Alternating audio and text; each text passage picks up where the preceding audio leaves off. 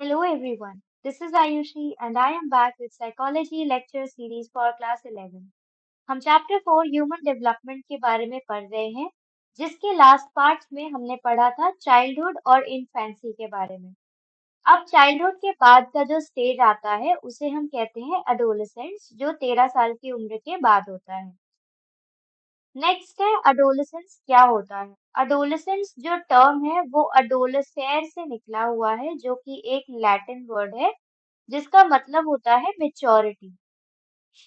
Adolescence जो होते हैं वो उस स्टेज को बोलते हैं जो प्यूबर्टी के साथ डेवलप होता है, यानी कि जो बच्चा होता है वो सेक्सुअली मेच्योर हो जाता है और वो रिप्रोड्यूस करने के काबिल हो जाता है, यानी कि वो अब जन्म देने के काबिल हो जाता है। एडोलेसेंस जो होता है इस पीरियड में बहुत सारे बदलाव आते हैं, शारीरिक रूप में भी और दिमागी रूप में भी बच्चों के अंदर बहुत सारे बदलाव देखने को मिलते हैं। एडोलेसेंस में फिजिकल डेवलपमेंट यानी शारीरिक विकास कैसे होता है। जो भी एडोलेसेंस जब शुरू होता है, जिसको हम कहते हैं प्यूबर्टी या सेक्सुअल मैच्योरिटी, इस उम्र में चाइल्डहुड खत्म हो जाता है, यानी बचपने का अंत हो जाता है और एडोलेसेंस शुरू हो जाता है।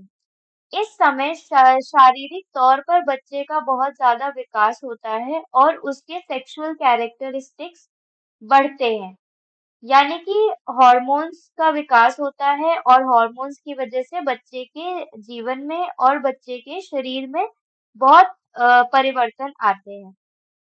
प्यूबर्टी के दौरान जो हॉर्मोन्स रिलीज होते हैं शरीर में, उसकी वजह से प्राइमरी और सेकेंडरी सेक्स कैरेक्टरिस्टिक्स डेवलप होते हैं। प्राइमरी सेक्स कैरेक्टरिस्टिक्स वो होते हैं जो डायरेक्ट रिप्रोडक्शन से ताल्लुक रखते हैं और सेकेंडरी सेक्स कैरेक्टरिस्टिक्स वो होते हैं जो शारीरिक रूप से बदलाव आता है, जिससे पता चलता है कि बच्चे में सेक्सुअल मैच्योरिटी आ गई है। लड़कों में ये कैरेक्टरिस्टिक्स होते हैं, उनकी ग्रोथ बहुत ज्यादा होती है, उनके चेहरे पे बाल आने लगते हैं, उनकी आवाज में बदलाव आता है। और लड़कियों में बदलाव होता है, उनकी हाइट बढ़ जाती है और मेनार्क के 2 साल पहले, यानी कि मेंस्ट्रुएशन को हम कॉमन लैंग्वेज में पीरियड्स भी बोलते हैं। तो पीरियड्स के 2 साल पहले लड़कियों की हाइट बहुत ज्यादा ग्रो कर जाती है। लड़कों में 12 से 13 साल की उम्र में ग्रोथ होती है और लड़कियों में 10 से 11 साल की उम्र में ग्रोथ देखने को मिलती है। शारीरिक विकास एडोलेसेंस के दौरान बहुत ज्यादा होता है और इसके साथ साथ मानसिक विकास भी होता है, जिसमें काफी बदलाव देखने को मिलते हैं। जो एडोलेसेंट्स होते हैं वो ऑपोजिट जेंडर की तरफ अट्रैक्ट होते हैं, यानी कि अगर लड़का है तो वो लड़की के प्रति अट्रैक्ट होगा और लड़की है तो लड़के के प्रति अट्रैक्ट होगी। उन दोनों में सेक्सुअल फीलिंग्स डेवलप होती हैं एक दूसरे के लिए। लेकिन इस उम्र में जो माता पिता होते हैं, पेरेंट्स होते हैं और स्कूल की टीचिंग स्टाफ होते हैं, वो बच्चों के साथ सेक्स के बारे में डिस्कस नहीं करना चाहते हैं। इसको एक बहुत सीक्रेट टॉपिक माना जाता है, जिसकी वजह से बच्चे भी इसको सीक्रेटली समझने की कोशिश करते हैं, जिसकी वजह से उनको गलत जानकारी मिलती है और उनके दिमाग में कई कई गलत चीजें उत्पन्न होती हैं सेक्स या सेक्सुअलिटी के बारे में। सबसे महत्वपूर्ण कंसर्न ये है कि एडोलेसेंट्स में बच्चों को गलत सेक्स के बारे में जानकारी होती है, क्योंकि उनको इसके बारे में कोई सिखाता नहीं है। इसकी वजह से उनको एड्स के और जो भी सेक्सुअल ट्रांसमिटेड डिजीजेस हैं उसकी मात्रा बढ़ती है और होने का खतरा बढ़ता है। इसीलिए इस स्टेज में बच्चों को एक सही गाइडेंस बहुत जरूरी होती है, ताकि वो एक सेक्सुअली मेच्योर वे में ऑपोजिट जेंडर के साथ डील करना सीखें। नेक्स्ट है कॉग्निटिव डेवलपमेंट, यानी कि मानसिक विकास कैसे होता है। इस उम्र में बच्चों के जो विचार होते हैं वो एब्स्ट्रैक्ट होते हैं, वो लॉजिकल सोचते हैं और आइडियलिस्टिक सोचते हैं। आइडियलिस्टिक की मतलब ये होता है कि बच्चे कोई किसी इंसान को अपना आइडल मानते हैं और उसके हिसाब से उन उन जैसा बनना प्रेफर करते हैं, उनके जैसा बनना चाहते हैं। वो खुद के विचार समझने लगते हैं और वो ये भी समझते हैं कि दूसरे उनके बारे में क्या सोच रहे हैं। इस उम्र को पियाजे ने फॉर्मल ऑपरेशनल थॉट का नाम दिया है, जो 11 साल से 15 साल की उम्र में देखने को मिलता है। इस दौरान बच्चों की जो सोच होती है वो थोड़ी सिस्टमैटिक हो जाती है और वो प्रॉब्लम सॉल्व करने में कामयाब हो जाते हैं। इसको हाइपोथेटिकल डिडक्टिव रीजनिंग का नाम दिया है पियाजे ने। लॉजिकल थॉट डेवलप होता है, जिसकी वजह से बच्चों के अंदर मोरालिटी आती है और मॉरल रीजनिंग बच्चे सीखते हैं, सही और गलत में भेद करना समझते हैं, सही चीजों को समझते हैं और गलत चीजों को समझते हैं।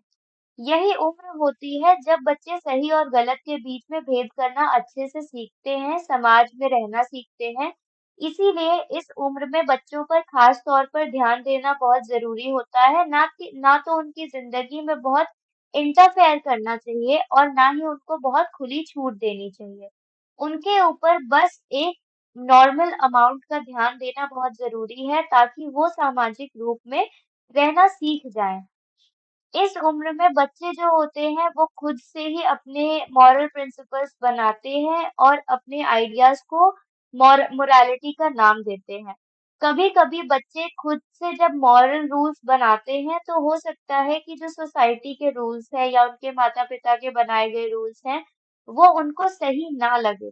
फॉर एग्जाम्पल, अगर एक बच्चे के माता-पिता ने बोला है कि तुमको पार्टी से रात को 8 बजे से पहले घर आ जाना है, लेकिन वहीं पे वो बच्चा सोचता है कि अगर मैं 12 बजे आऊँगा तो इसमें क्या गलत है? इसमें बच्चा अपनी मोरालिटी देखता है कि इसमें कोई गलत नहीं है, वो माता-पिता जितना लॉजिकल नहीं सोच सकता है। तो इस समय बच्चे पर ध्यान देते हुए माता-पिता को उसको सही गाइडेंस देनी चाहिए, उसको समझाना चाहिए, ऐसे समझाना चाहिए कि बच्चा ना तो खुद से अपनी राह से भटके और वो बात को भी समझे। एडोलेसेंस को इस उम्र में एक अलग प्रकार का ईगोसेंट्रिज्म होता है, जिसमें वो अपनी विचारधाराओं को बहुत महत्व देते हैं।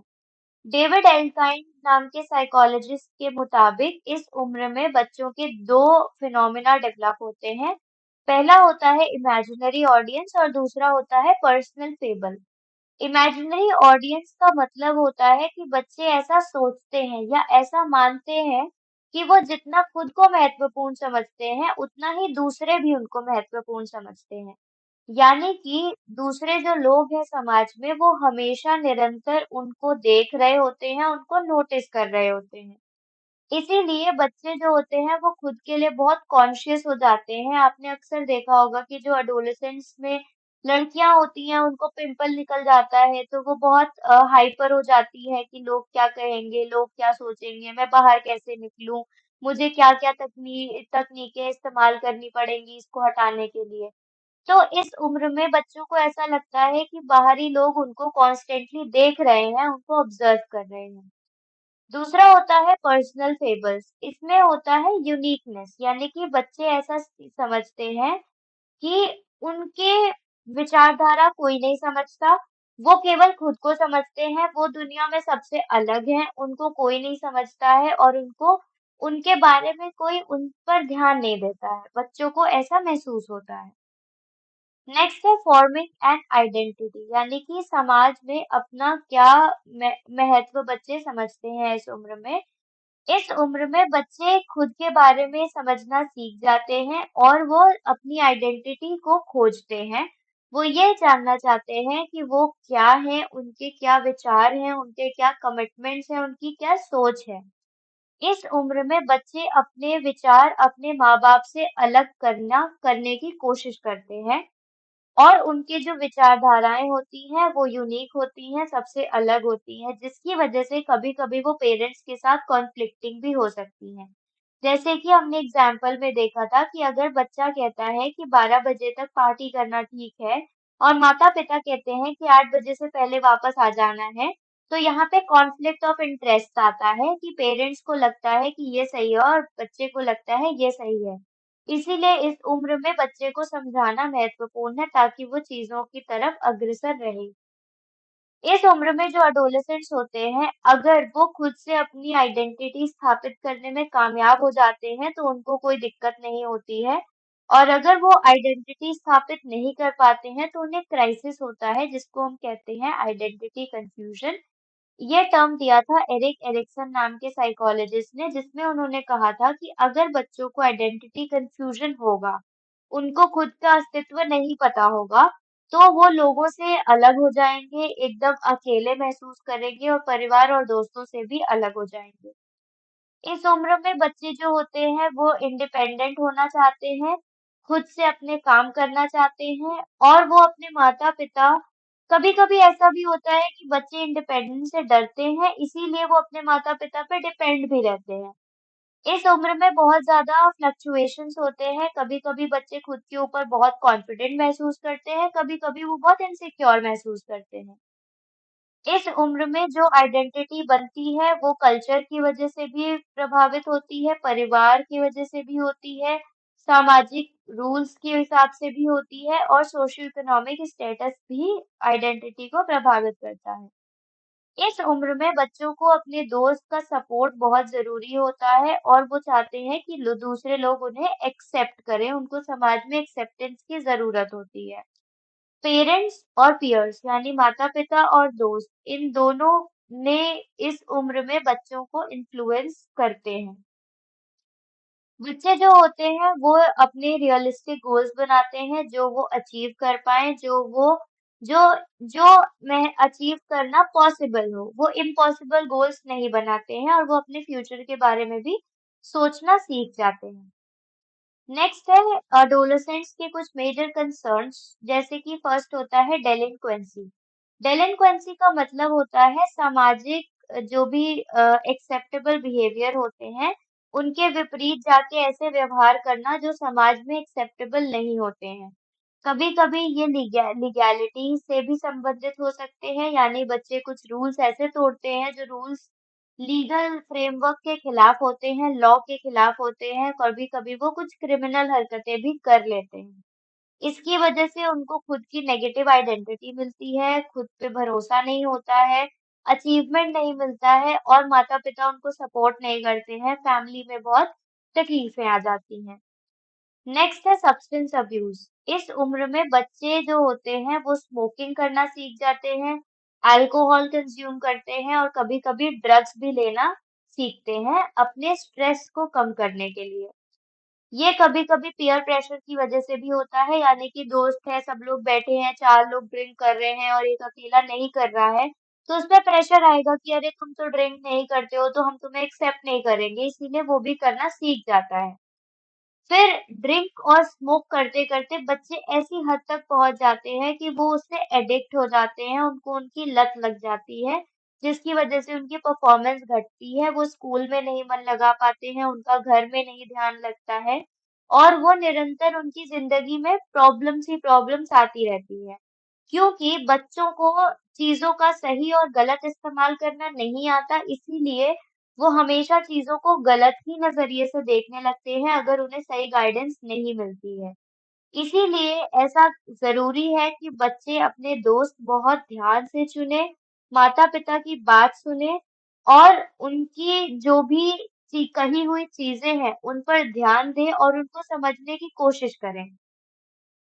न्यू दिल्ली में एक ड्रग एंटी ड्रग प्रोग्राम है जो बच्चों को एजुकेशन प्रोवाइड करता है ड्रग्स के खिलाफ। इसमें नुक्कड़ नाटक होता है जो 13 साल से 25 साल की उम्र के बच्चों को टारगेट करता है और उनकी ये ड्रग्स की आदत छुड़वाने में या प्रिवेंट करवाने में मदद करता है। United Nations International Drug Control Programme, जिसका शॉर्ट फॉर्म होता है यूएनडीसीपी, इन्होंने भी नुक्कड़ नाटक जैसे प्रोग्राम्स को एक बहुत महत्वपूर्ण जरिया समझा है दूसरों तक बातों को पहुंचाने का। नेक्स्ट होता है ईटिंग डिसऑर्डर्स, यानी कि अडोलेसेंट्स में जो बच्चे होते हैं वो अपने शरीर को लेकर, अपनी इमेज को लेकर बहुत कॉन्शियस हो जाते हैं। उनको लगता है कि उनका शरीर बहुत कॉन्शियस है। इसीलिए कभी-कभी बच्चे ऐसी चीजों का प्रयोग करते हैं जिससे वो खाना नहीं खाते हैं, हमेशा पतले होने का प्रयास करते हैं। इसको हम एनोरेक्सिया नर्वोसा भी कहते हैं। इससे कभी-कभी इतना ज़्यादा प्रभाव पड़ सकता है कि बच्चे डेथ भी हो सकती है और बच्चे इतना पतले हो जाते हैं कि उन्हें उनका कहीं ध्यान नहीं लगता है, वो परफॉर्म नहीं कर पाते हैं और ऑब्वियस सी बात है जब बच्चे के अंदर कोई न्यूट्रिशन नहीं होगा, हेल्थ नहीं होगी उसकी, तो वो किसी काम में मन नहीं लग पाएगा। दूसरा होता है ब्यूलीमिया, इसमें होता है कि बच्चे इतना ज़्यादा खाते हैं कि वो फिर वॉमिट कर देते हैं और फिर वो शर्म महसूस करते हैं। इसीलिए इन तीनों चीज़ों को ध्यान देना बहुत ज़रूरी है ताकि बच्चे एडोलेसेंट्स की उम्र को अच्छे से काबू में ला पाएँ, अपने जो हार्मोनल चेंजेस होते हैं उनसे डील कर पाएँ, जो भी स्ट्रेसेस उनके शारीरिक और मानसिक विकास में होते हैं, उनसे भी डील करना बहुत महत्वपूर्ण है। इसीलिए खासकर इस उम्र में बच्चों पर ध्यान देना बहुत ज़रूरी है ताकि वो भटके ना और सही राह पर बरकरार रहें। इस टॉपिक से रिलेटेड अगर आपको कोई भी डाउट्स या क्वेरीज हैं तो आप अपने क्वेश्चंस कमेंट सेक्शन में पूछ सकते हैं। साइकोलॉजी से रिलेटेड ऐसी ही एजुकेशनल वीडियोस के लिए गुरुकुल चैनल को सब्सक्राइब करना ना भूलें।